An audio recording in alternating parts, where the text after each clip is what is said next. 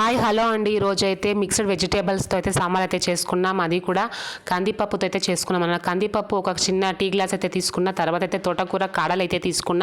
And beans తర్వాత అయితే ముల్లంగి కూడా తీసుకొని మంచిగా తోలైతే తీసేసుకొని కట్ చేసి అయితే పెట్టుకున్న. దాన్ని కూడా వేసేసాను. అండ్ చింతపండు అయితే నానబెట్టి పెట్టుకున్న ఒకవైపు.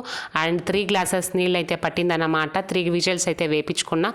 తర్వాత అయితే చాలా సాఫ్ట్గా ఉంటుంది. బీరకాయ తర్వాత వంకాయ అయితే చాలా సాఫ్ట్గా ఉంటుంది అని చెప్పేసి నేను వేయలేదు. తర్వాత అయితే వేస్తాను. తర్వాత అయితే ఇవి నీళ్ళైతే వేసి పెట్టుకున్నా.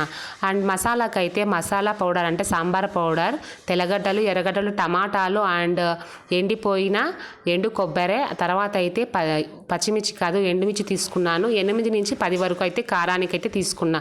అండ్ ఇది రోట్లో రుబ్బుకుంటే చాలా బాగుంటుంది టేస్టీగా అని చెప్పేసి మంచిగా అయితే కడిగేసి ఒక వైపు అయితే పెట్టేసుకున్నా.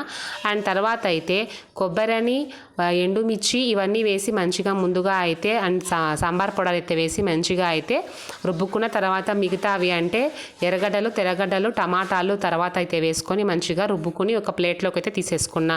అండ్ తర్వాత అయితే చింతపండు రసం అయితే ఇలా ఒక బౌల్లోకి అయితే తీసి పెట్టుకున్న, స్ట్రైన్ చేసుకొని. అండ్ 3 విజిల్స్ అయితే ముందుగా కూత వేయించుకున్నాను కదా, అదైతే మంచిగా ఉడికిపోయిందన్నమాట. ఇప్పుడైతే వంకాయని అండ్ తర్వాత అయితే బీరకాయని అయితే మంచిగా ఇలాగైతే వేసేసుకున్నాను.